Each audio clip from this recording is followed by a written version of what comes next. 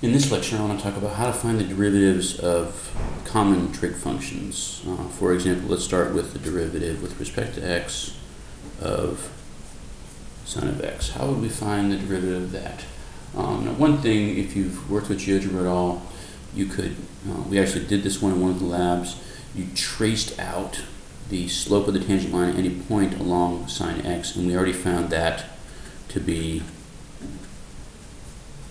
cosine of x.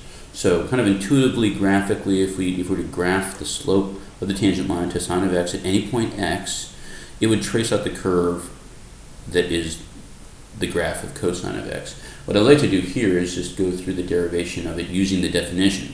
So the derivative with respect to x of sine of x, just using the definition, that's the limit as h goes to 0 of sine of x plus h minus sine of x over h. That's just our definition, right? F of x plus h minus f of x over h. All right, so what can we do with this? Well, here's the key. We have an identity for if I have sine of something like x plus y. This is what you would see in a textbook or what you've seen in a trig class before. That is equal to sine of x cosine of y plus sine of y cosine of x. All right, so we're gonna apply that identity. So notice it's sine cosine plus sine cosine. It's just we have xy and then yx, and we're gonna apply that with replacing the y. We're gonna have h instead. All right, so let's go ahead. Limit as h goes to 0, and then so that is going to be sine of x cosine of h instead of y plus sine of h cosine of x. That's just rewriting this first piece right here using the identity, and then we still have this minus sine of x on the end all over h. All right, so I wanna move some things around here because ultimately we have a couple of identities. Recall that the limit as x goes to 0 of cosine of x minus 1 over x, we know that that limit is 0, and the other one was a limit as x goes to 0 of sine of x over x equals 1. All right, so those were just some common trig limits that we'd like to make use of in order to find this limit. All right, so we need to rearrange these things in such a way that we can make use of these limits that we already know. So let's rearrange this a little bit so that we end up with sine of x times cosine of h. And so what I'm going to do is regroup these by taking this and just switching them. Okay, so I'm going to have that minus sine of x, and then on the tail end I'm going to put plus sine of h cosine of x over h. All right, now I can break this up into two limits. Limit as h goes to 0, sine of x cosine of h minus sine of x over h plus the limit as h goes to 0 of sine of h cosine of x over h. All right, so again, we kind of think of, we could have combined these into one limit using the common denominator, so when we separate them back out again, we need to have an h in the denominator of each. H in each. Okay, so here I have a common factor of sine x that I can take out. So I have the limit, h goes to 0 of sine x, and then that would leave me with cosine of h minus 1, and then that's over h. Notice here we're getting close to this, right? Because our limit is with respect to h, so that looks like we might be able to get something out of there. And then similarly here, we could rewrite this as, well, we're going to do the same thing over here. So this is x, right? This is cosine of x. There's no h in it, so it can come out in front of the limit. We can think of it as constant with respect to h because there's no h in it. Similarly here, this can come out front. So I'm going to do that in this case first. Bring this cosine x out, and I'm going to have the limit as h goes to 0, just of sine of h over h. All right, again, the fact that we're calling it h instead of x doesn't matter, right? Ultimately, this limit will still equal 1. Similarly here, when I take this sine x out front, so I would have sine x, and then I would have the limit as h goes to 0 of cosine of h minus 1 over h. Well, we already know that limit is equal to 0. So just kind of putting it all together here, I end up with sine of x times 0, because that's what this limit is, plus cosine of x times 1, because that's what this limit is. Well, that, of course, is just cosine of x, which is what our intuition told us when we looked at this graphically. Okay, so much for the derivation of the derivative of sine x. It can be shown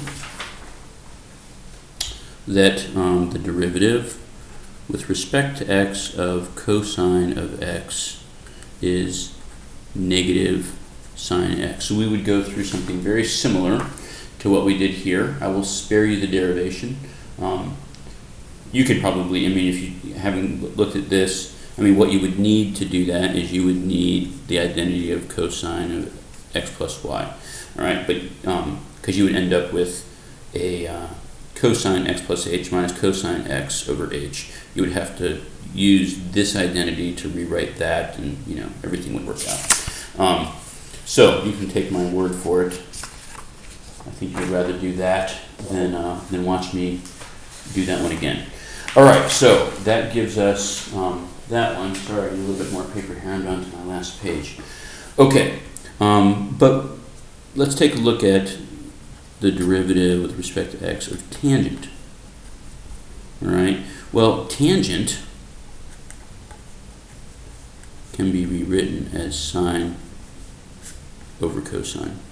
All right, so just by way of a reminder, so that we know the derivative of cosine is negative sine, we just derive the derivative of sine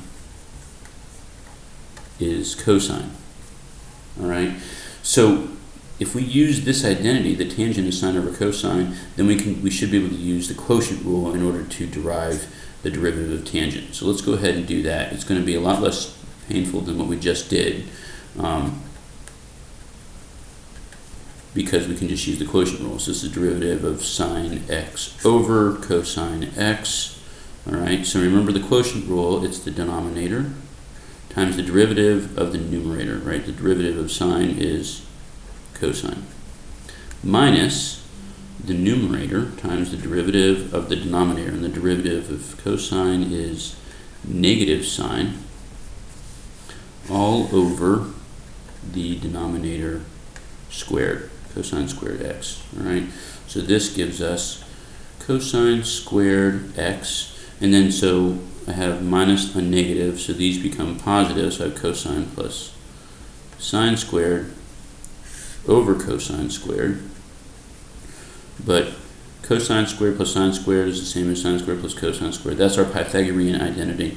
That always equals 1. All right, and this, of course, is secant squared. Okay, and that's because secant of x is 1 over cosine of x.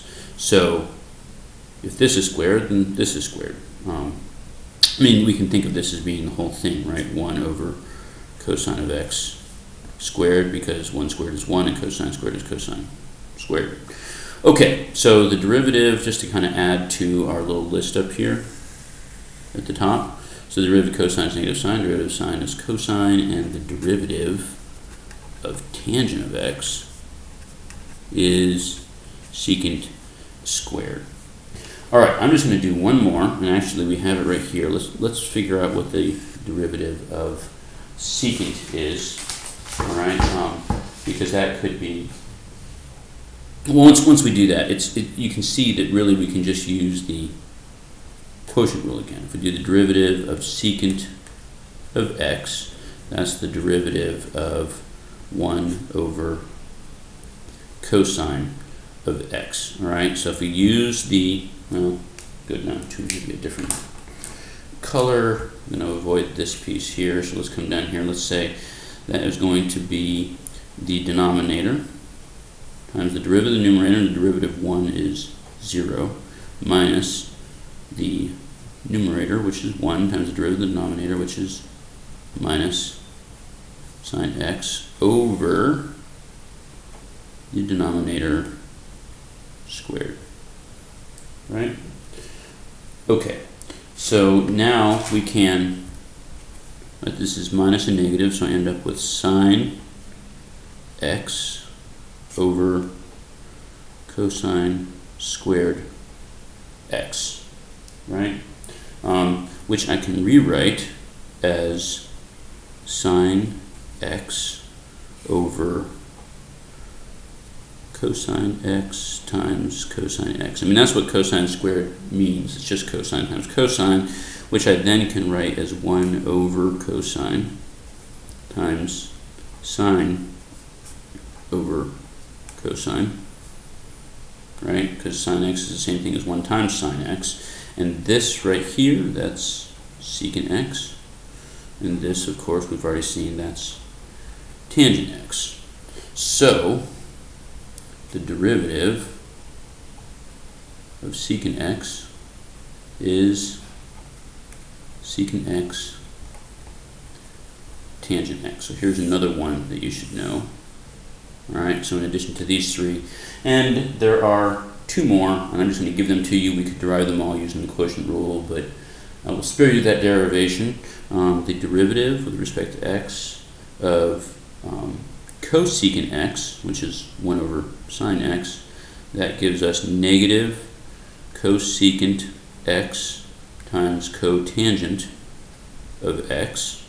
So there's another one worth knowing. And finally, the derivative with respect to x of cotangent of x is negative cosecant squared. All right. So like the derivative of tangent was secant, the derivative of cotangent is cosecant, but it's got a negative on it. Similarly, the derivative of secant was secant tangent. The derivative of cosecant is cosecant cotangent with a negative on it. So notice that when you have a you have a co here, you have a co here, you have a co here, that the negatives always went with the cos. All right, if you have sine, tangent, secant, those aren't negative, those are positive. So that's just maybe one way to help you remember these. Okay, let's just see a couple of examples using these results. So there's 6 here, total of 6 that you will need to know. So 1, 2, 3, the 6 basic trig functions. You should know the derivatives of them. All right, let's look at an example using the product rule. So if my function is x sine x, let's find the second derivative. All right, so let's find f double prime. But of course, to do that, we first have to find the first derivative. So again, we use the product rule. So we can take the derivative of the first, which is 1, times the second, which is sine x, plus the first times the derivative of the second. The derivative of sine is cosine. All right, so this simplifies to sine x plus x cosine x. So to find the second derivative, well, I'll just need to use the product rule here, but that's going to be straightforward. That's just going to be cosine x. And then for the product rule on the second half, I have the derivative of the first, which is 1, times the second, which is cosine x, plus the first, which is x, times the derivative of the second, which is negative sine x. And notice I have 2 cosines, so I can write that as 2 cosine x, and then I can rewrite that as minus x sine x. All right, so that is the second derivative of this function here.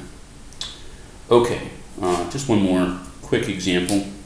Haven't heard from e to the x in a while, so if we define g of x to be e to the x times sine x, let's find g prime of 0, which we can interpret graphically as the slope of the tangent line to this function at x equals 0. So g prime, we need to use the product rule once again, so it's the derivative of the first, and the derivative of e to the x is e to the x times the second, which is sine x, plus the first, which is e to the x, times the derivative of the second, which is cosine x. So g prime of 0 is e to the 0 sine of 0 plus e to the 0 cosine of 0. Well, e to the 0, anything to the 0 power is 1. Sine of 0 is 0 plus 1 times cosine of 0 is 1. That just leaves me 0 plus 1, which is 1. So the slope of the tangent line to this function at x equals 0 is 1. So that's it for the derivative of the 6 basic trig functions.